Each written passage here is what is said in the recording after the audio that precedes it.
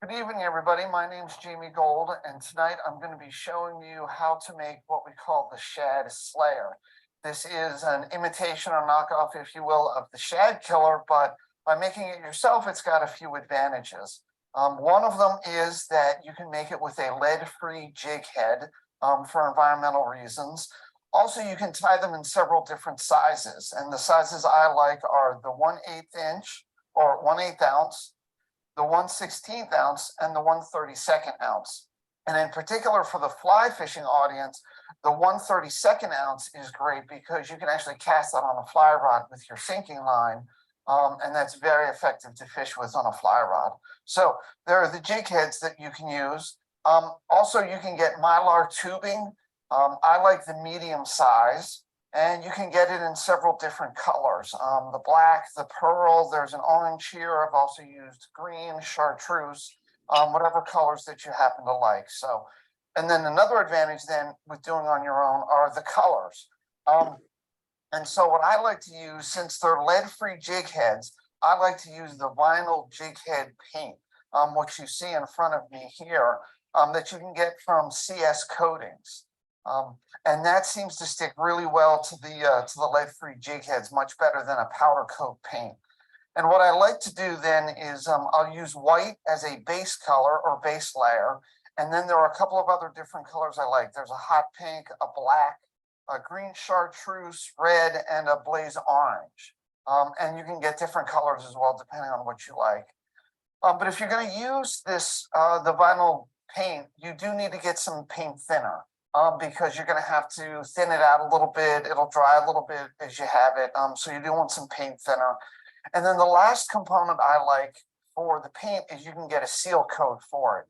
And that seals in the paint, so it makes it a little more durable and it adds a little extra glow to it, a little extra shine to it, which I happen to like. So, and then a couple other things I like to use, a drying rack here, because I like to tie up or paint a bunch of them all at once. I use a pair of pliers to dip with, and then I'll use some Sally Hansen's hard as nails to coat the thread when I'm finished tying. So what I'd like to do now then is I'd like to show you how I actually dip them in the paint. I have one here that I've already done the white undercoat, and now I want to do a red top coat on it. So what I do is this is the red paint. I've already added the thinner to it. And so what I would do then is stir it because you want to mix the thinner into it, plus get some of the, it'll sort of concentrate at the bottom a little bit. And so you want to make sure that you stir that real well. I found that just get yourself a bag of chopsticks and you can break those in half and they work very well as stirrers. All right, so we have that stirred up. Then you take the jig head and you grab it at the bend of the hook with the pliers. Okay, and then what you do is go ahead and dip that into the paint. And down really to the end of the collar is really what you want to, at least what I like to dip it into. Then you let that drain into the jar. You don't want to waste any of the paint. And then once you start to get that string, you want to just scrape that off a little bit.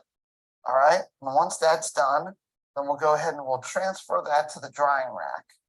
And then what we'll do is get yourself a little thin piece of cardboard, because what will happen is the paint will gather at the bottom of the jig head and will sort of distort the shape.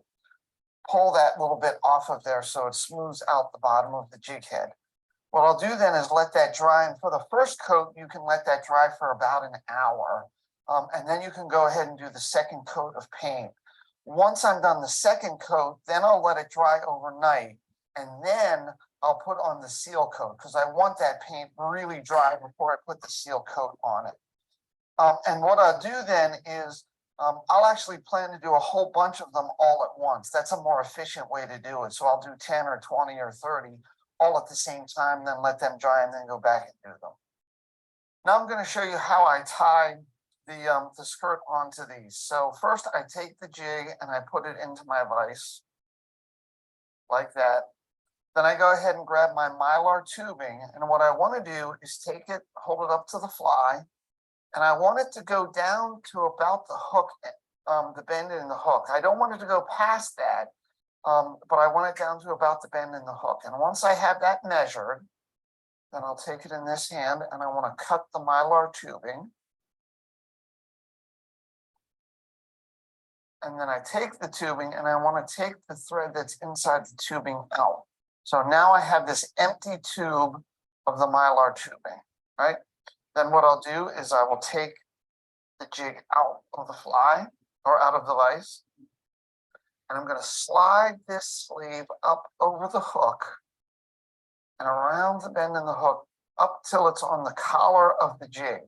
So you can see it's up there just touching the bottom of the jig head. I want to hold it there and I'm going to put it back into the vise.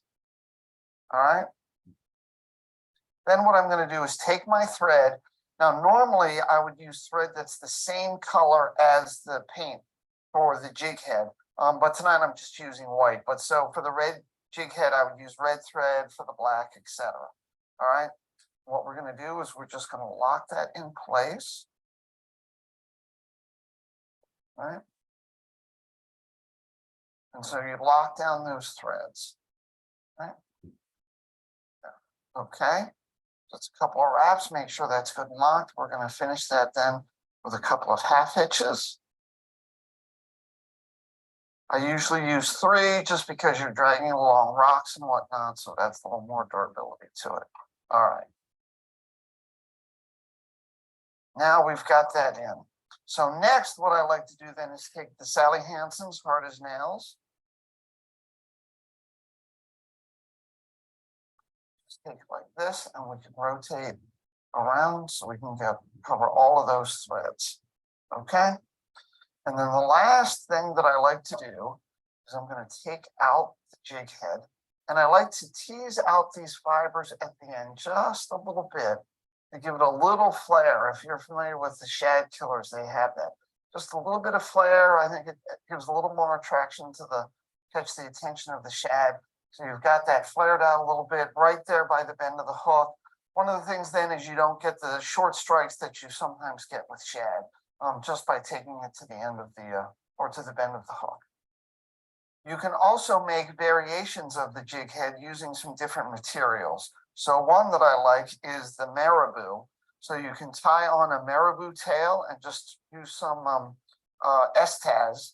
And again, you can use different colors. This one happens to be all white, but you can use whatever color combination that you like. But that marabou tail gives it really nice action.